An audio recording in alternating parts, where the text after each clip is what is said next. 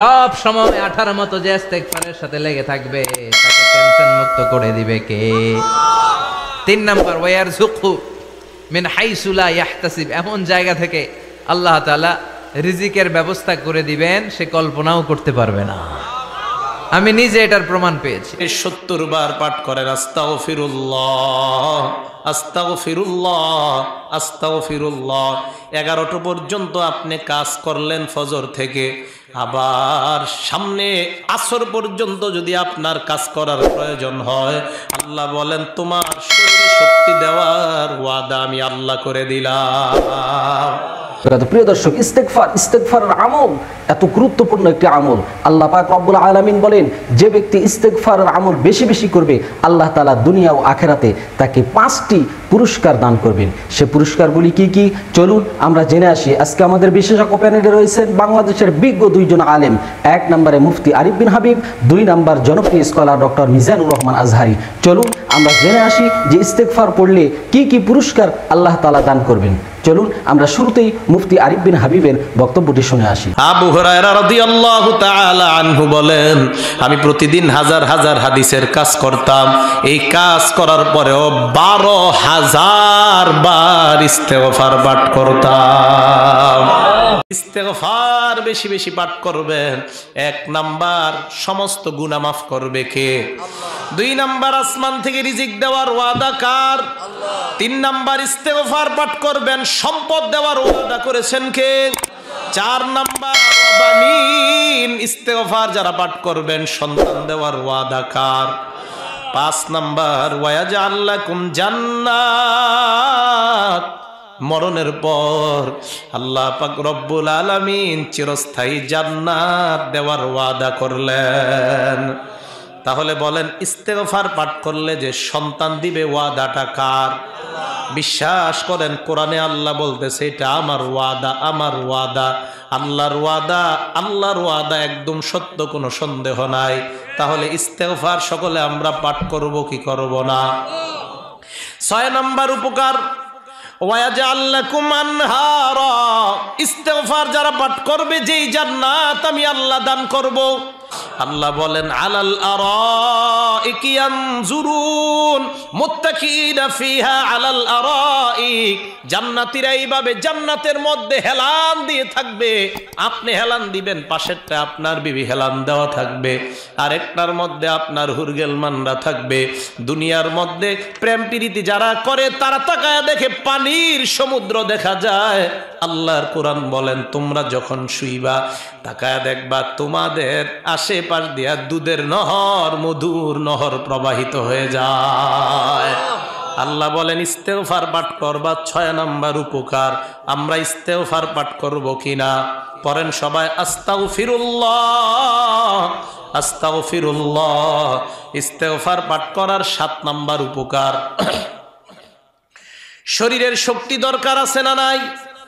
আল্লাহ কয় তাদেরকে বলেন, তাদের শরীরে যেই শক্তি আছে তারা যদি ইস্তেগফার পাঠ করে, আস্তাগফিরুল্লাহ যদি পাঠ করে, বর্তমান তাদের শরীরে যেই পরিমাণ শক্তি আছে আমি আল্লাহ তাদের শক্তিকে দ্বিগুণ করার ওয়াদা করলাম। বিষ্ণুই বলতেন, মান লাযামাল ইস্তিগফার জাআলাল্লাহু লাহু মিন কুল্লি দিকিন মাখরাজা, যে ব্যক্তি সব সময় ইস্তেগফারের সাথে লেগে থাকে তাকে সব সময় বিপদ থেকে মুক্তি দিবে কে? আমাদের জীবনে বিপদ আছে না নাই? কত ধরনের বিপদ। যে কোনো সময় অসুস্থ হয়ে যেতে পারি, যে কোনো সময় দুর্ঘটনার কবলে পড়তে পারি, যে কোনো সময় গুম হয়ে যেতে পারি। কথা কন, এদেশে গুম টুম নাই মনে হয়, ক্রস ফায়ার নাই।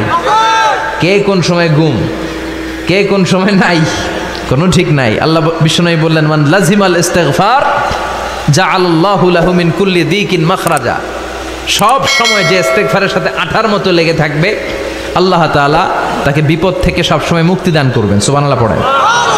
2 নম্বরে বিশ্বনবী বললেন, অমিন কুল্লি হাম্মিন ফারাজা, ওই ব্যক্তিকে রব্বুল আলামিন সব ধরনের দুশ্চিন্তা থেকে মুক্তি দিয়ে দিবেন। আমাদের জীবনে দুশ্চিন্তা আছে না নাই? টেনশন নাই কার কার? হাত তোলেন তো, যে হুজুর আমার কোনো টেনশন নাই। আপনার টেনশন নাই, মাশাআল্লাহ। আমার সাথে দেখা করবেন আলোচনার পর। টেনশন ছাড়া মানুষ আছে? বাঁচার টেনশন, মরার টেনশন, কবরের টেনশন, ক্যারিয়ারের টেনশন, বিদ্যুৎ বিলের টেনশন, গ্যাসের বিলের টেনশন, বাড়ি ভাড়ার টেনশন আছে না নাই? বিশ্বনবী বললেন টেনশন ছাড়া মানুষ নেই। সব সময় আঠার মতো যে ইস্তেগফারের সাথে লেগে থাকবে তাকে টেনশন মুক্ত করে দিবে কে? 3 নাম্বার, ওয়ারযুকহু মিন হাইসু লা ইয়াহতাসিব, এমন জায়গা থেকে আল্লাহ তাআলা রিজিকের ব্যবস্থা করে দিবেন সে কল্পনাও করতে পারবে না। আমি নিজে এটার প্রমাণ পেয়েছি। অনেক অনেক সময় আমি কল্পনাও করি নাই যে এখান থেকে আমার রিজিকের ব্যবস্থা হতে পারে। এমন পরিমাণে রিজিকের ব্যবস্থা এসেছে 2 হাতে নিয়েও কুলাতে পারি নাই। এজন্য সব সময় চলতে ফিরতে উঠতে বসতে ইস্তেগফারের সাথে লেগে থাকার দরকার আছে না নাই? আবার বিশ্বনবী বললেন সদা সর্বদা যারা সব সময় ইস্তেগফার পড়বে আল্লাহর পক্ষ থেকে কোনো আযাব গজব তাদের উপর পাকড়াও হবে না। ওয়া মা কানাল্লাহু মুআযযিবাহুম ওয়া হুম ইস্তাগফিরুন। সুবহানাল্লাহ। যতক্ষণ তুমি ইস্তেগফার পড়বে আল্লাহর পক্ষ থেকে প্রোটেকশন আছে না নাই? তাহলে 4টা জিনিস পেলেন। 1 নম্বরে বিপদ থেকে মুক্তি দিবে কে? টেনশন মুক্ত করে দিবে কে? রিজিকের ব্যবস্থা করে দিবে কে? আল্লাহর আযাব আর গজব থেকে আপনার হেফাজতে রাখবে কে? ইস্তেগফার পড়ার 5 নম্বর ফজিলত হচ্ছে সব সময় ইস্তেগফার পড়লে আপনি মুস্তাজাবুদ দাওয়া হয়ে যাবেন। কি হয়ে যাবেন?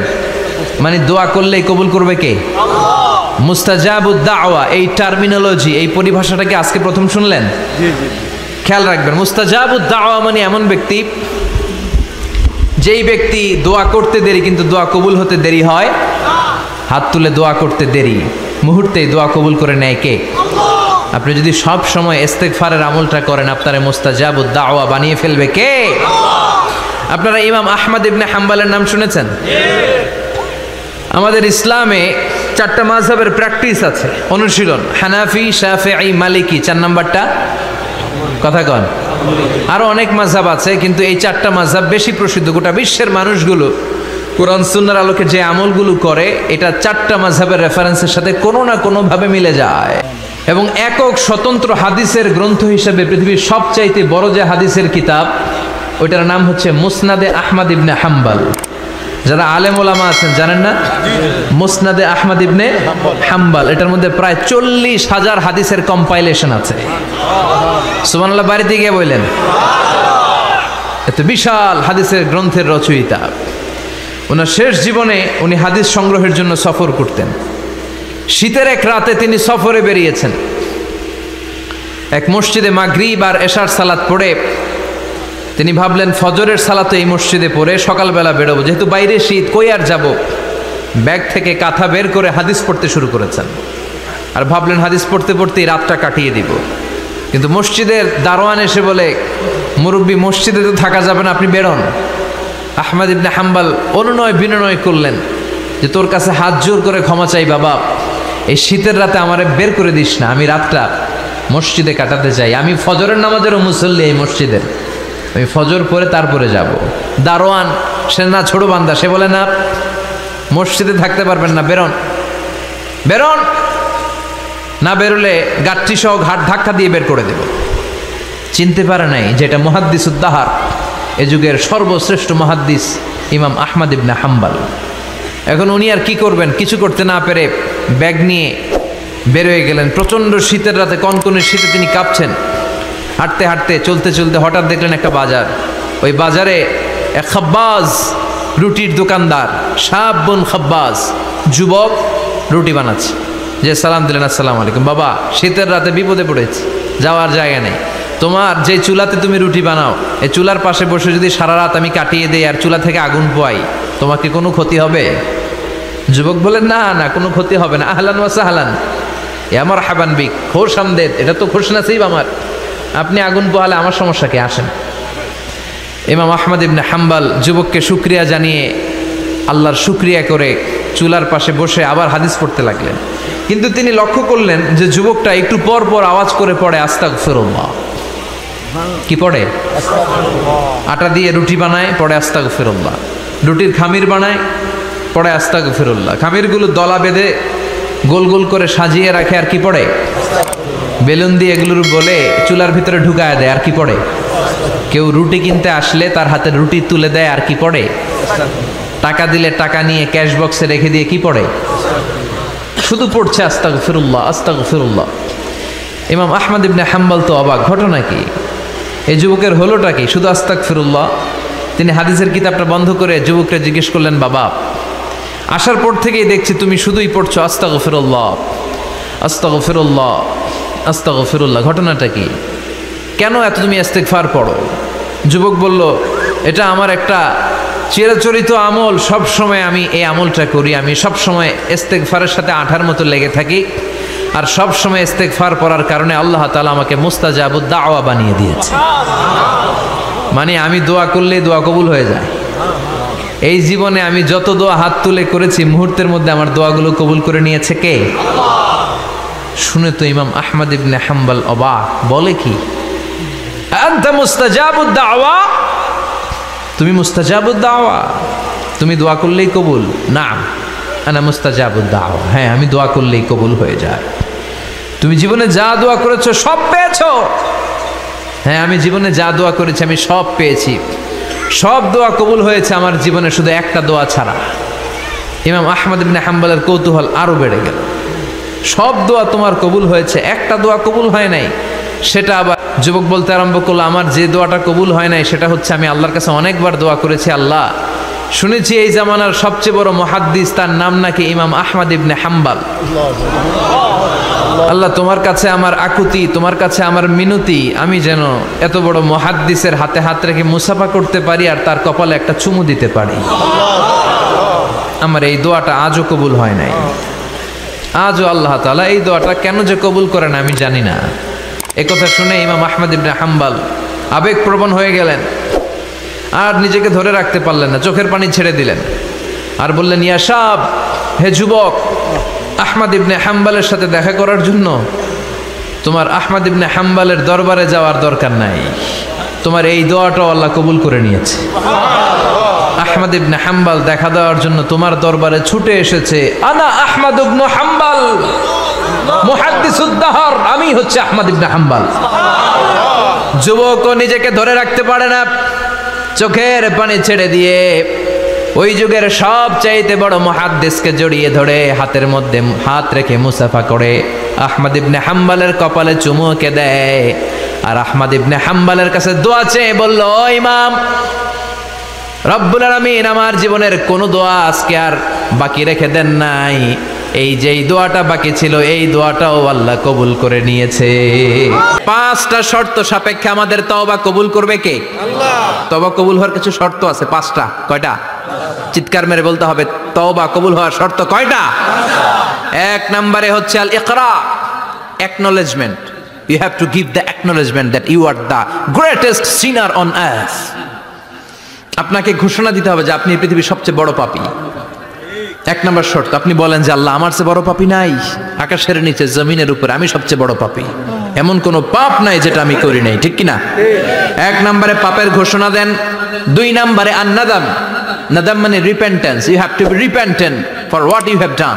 আপনাকে অনুতপ্ত হতে হবে, চোখের পানি ছাড়তে হবে, আল্লাহ আমি লজ্জিত, আল্লাহ আমি নাদান, আমি পিশাচ, আমারে মাফ করে দাও। তার মানে স্বীকার গেলেন কি অন্যায় করেছেন।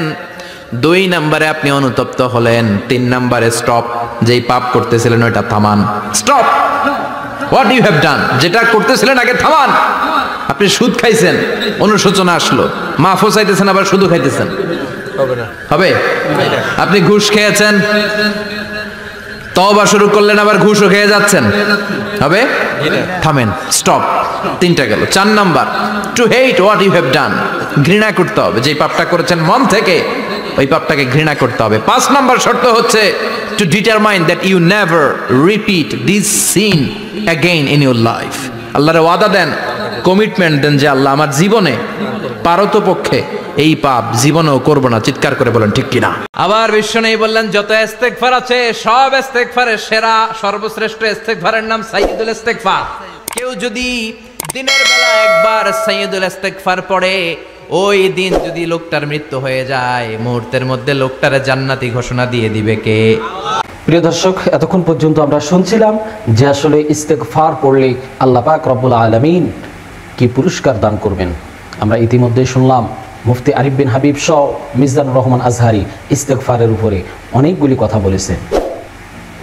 ইস্তেগফার যদি আপনি বেশি বেশি করতে পারেন, আল্লাহ তাআলা বলেছেন বান্দার জীবনের সব গুনাহ মাফ করে দিব। প্রিয় দর্শক, আপনার আমার যদি গুনাহ যদি মাফ হয়ে যায় আল্লাহ পাক রব্বুল আলামিন, তাহলে আমাদেরকে কোথায় দিবেন? সরাসরি জান্নাতে দিবেন। এই জন্য আমরা বেশি বেশি ইস্তেগফারের উপর আমল করব ইনশাআল্লাহ। প্রিয় দর্শক, আমাদেরকে যেন আল্লাহ পাক রব্বুল আলামিন কোরআন সুন্নাহ অনুযায়ী জীবন যাপন করার তৌফিক দান করেন। আসসালামু আলাইকুম ওয়া রাহমাতুল্লাহি ওয়া বারাকাতুহু।